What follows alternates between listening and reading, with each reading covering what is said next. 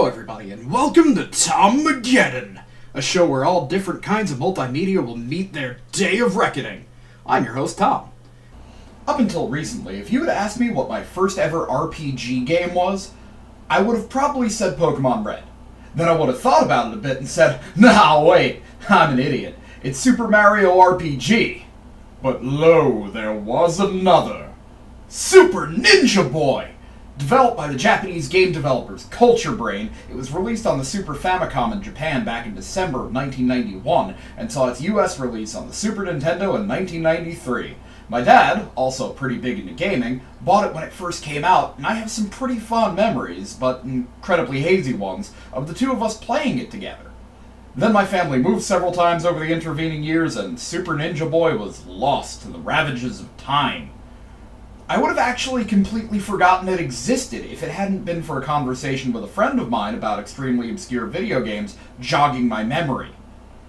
I seem to remember this game being, well, it's best to experience it for yourself. So let's jump right in. Joyful people are living happily in Chinaland? Chinaland. That's the name we're going with here, huh? Okay. One day, trouble arose in the peaceful country. Fucking spaceships! Right out the gate, we've got alien invasions going on in Chinaland! What? A 3D image in the sky? So apparently this guy, Rubadoc, and his huge fleet of battleships are on a universal peace mission. That seems like a pretty legit way to spread the word of peace, projecting a building-sized hologram of yourself while standing atop a massive space cannon. Anyway, Rubadoc holds a peace conference with Chinaland's emperor, becoming very popular. I need that on a t-shirt with zero context behind it. A few months later, Doc packs up his death army and goes home, and a quietness returned. We immediately jump to our protagonists, Jack and Ryu, discussing troubles in Chinaland's capital city, Yokon. Glad to see the peace conference went well. Then the game just drops us in, pants or no, outside the city, and it's fucking go time! This whole thing is insanely jarring. Not sure what I expected when I popped in a title called Super Ninja Boy, but spaceship fleets, universal peace conferences, and fucking Chinaland were not it! I feel like this game just blindsided me and dropped me balls deep into some really strange shit. But after doing some research, I found out that Super Ninja Boy is not a standalone title. It's actually the 5th installment in the long-running series in Japan, starring the characters Jack and Ryu, with somewhere in the neighborhood of 13 games or so, most of which are exclusive to Japan, with over half of them being released on the Game Boy. And nothing else. The games that did release in the US don't seem to follow any kind of coherent naming convention, so without looking them up or playing them, there's really no way to know they were all supposed to be connected, since the other games have titles like Kung Fu Hero, The Little Ninja Brothers. You know, at least in Japan they all share a common name, and oh boy, is it a doozy. Are you ready for this? In Japan, the series is titled Super Chinese. The story of this game is kind of insane and difficult to follow at first. After the opening cutscene, we go to the capital city of Yokon, where we find out a group of bandits has kidnapped all the able-bodied men in the city. So we go to a monastery to the north to learn some ninja techniques. I must learn the techniques! And then kick the shit out of the bandits. But the leader escapes to a town called Edo in the south. We hunt him down and defeat him, and he drops something called an Aura Ball.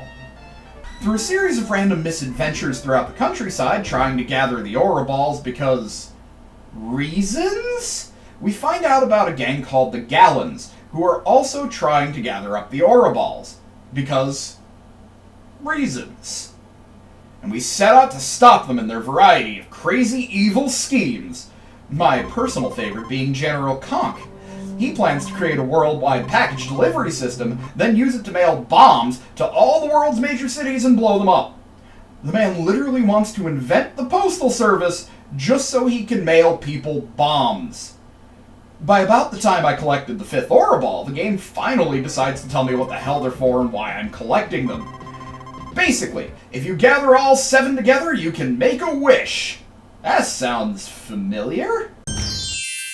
Eternal Shenron! By your name, I summon you forth! If a person with a pure heart makes a wish, it will bring about an age of peace and prosperity.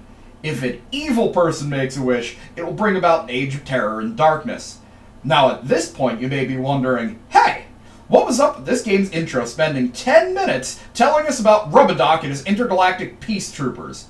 Well, after you've obtained the final Aura Ball, the leader of this mildly racist Native American village tells you that he gave something called the Marvel Box to Rub-a-Doc, and that the doc was then captured by the Gallons and taken to the city of Grandopolis. It is literally a stone's throw away from the final dungeon of the game. We've got maybe 10 minutes of playtime left, and this is the first mention of Rub-a-Doc since the game's opening. Anyway, we go to Grandopolis, explore a bit, open a random door, and there's Rub-a-Doc telling us that he's in fact the leader of the Gallons, Robo-Doc. I would say I'm surprised by this, but no, actually, I'm totally surprised by this reveal, considering I almost completely forgot this crazy alien bastard existed. We kick the shit out of him, make our wish on the Aura Balls. Credits roll, good times are had by all. The gameplay is fucking bizarre. So like I mentioned at the start, it's an RPG. It has a world map with a top-down view and random encounters. The random encounters, well, that's where things get a bit fucky. Instead of a turn-based RPG battle system, we get taken to a Streets of Rage-style arcade beat-em-up screen. That not weird enough for you? Well, there are also 2D platforming sections that play similarly to the original Ninja Gaiden games. But wait! There's more! Boss fights turn into standard RPG turn-based battle screens with menus and everything. It's like the devs over at Culture Brain got super high one day and were like, man, I just can't decide what kind of game genre we should make our new title. How about all of them? I mean, it's not bad. The characters are a little slow and floaty, but they control well. Platforming sections are fun and challenging, and there's a wide variety of different enemies to fight, so the beat-em-up style battles can be really dynamic, especially since the game will throw multiple enemy types at you at once. There are a few glaring issues, however. First off, while you get a ton of different spells and items to use in battle to make combat even more fun and interesting, you will never use any of them. Early in the game, you're given a sword, and you can upgrade it throughout the game. If you equip it at the beginning of each battle, then stand in place and mash the attack button, enemies will just walk right into it 9 times out of 10. Dominant strategy, my friend. When given an ultimate method of disposing of enemies, you'll use it every time. Second, apparently this game has a 2-player mode, which is why it has the 2 characters, Jack and Ryu. But if you play single player, you control Jack, and Ryu occasionally shows up to help during turn-based boss fights. The reason this really sucks is because you don't get to control Ryu. The computer randomly selects what move he does, and more often than not, it won't select anything useful. Finally, this game just feels confused and jumbled. Don't get me wrong, the fact that they put so much into this game with the shifting playstyles is pretty impressive, and for the most part, it is well implemented.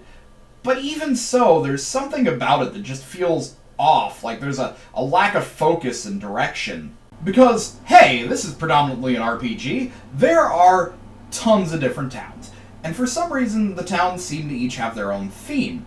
You start out in Yukon and Chinaland, of course, where all the NPCs seem to either be girls in traditional Chinese dresses, or, the People's Liberation Army? Right off we can see a number of shops. An item shop, which is pretty self-explanatory, an inn, which we can use to recover our health and magic, and a convenience store, which...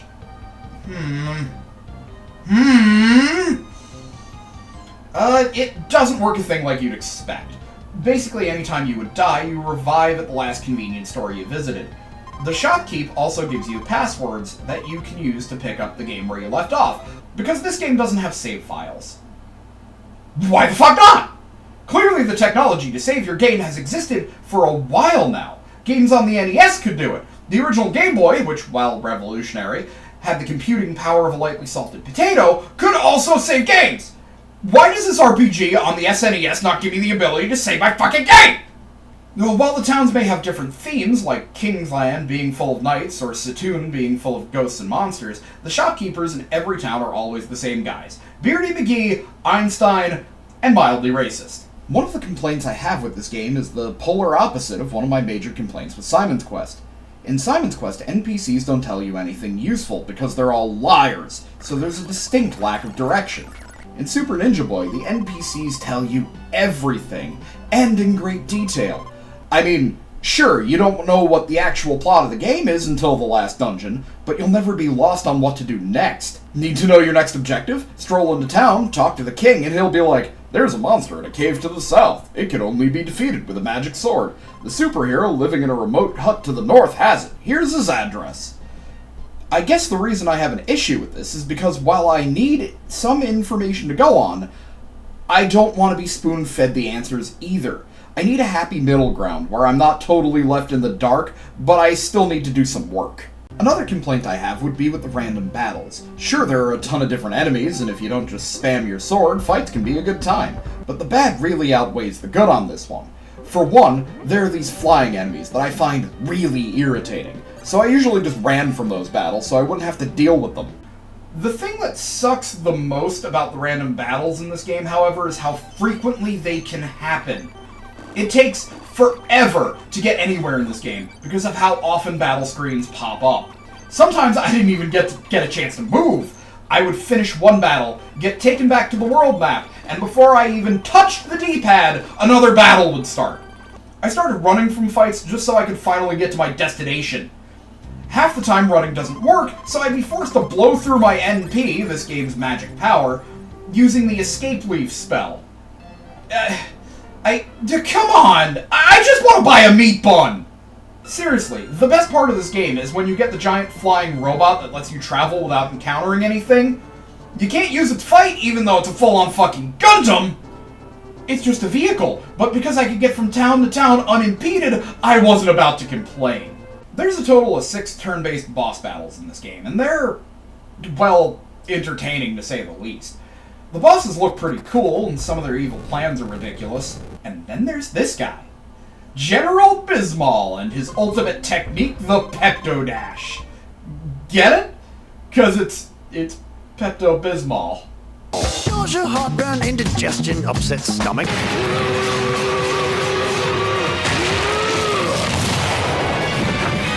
Unfortunately, boss fights get repetitive. They all have very similar movesets, and each battle will generally play out the same exact way, every time. You use your strongest moves, heal when you're low on health, wash, rinse, repeat until the boss drops. On a weird note, it seems like you have to be at a specific level to fight each boss. I noticed it first with General Conk. I fought him about 3 times, and he kept destroying me. At the time, I had about 70 HP, and all of his moves did around 35 damage, so he would take me out in 2 or 3 turns. While I was walking through his dungeon to fight him again, I leveled up once randomly, and decided for some odd reason that, it's a good idea to get into a battle instead of grinding. I was pretty certain I was still going to get destroyed, though.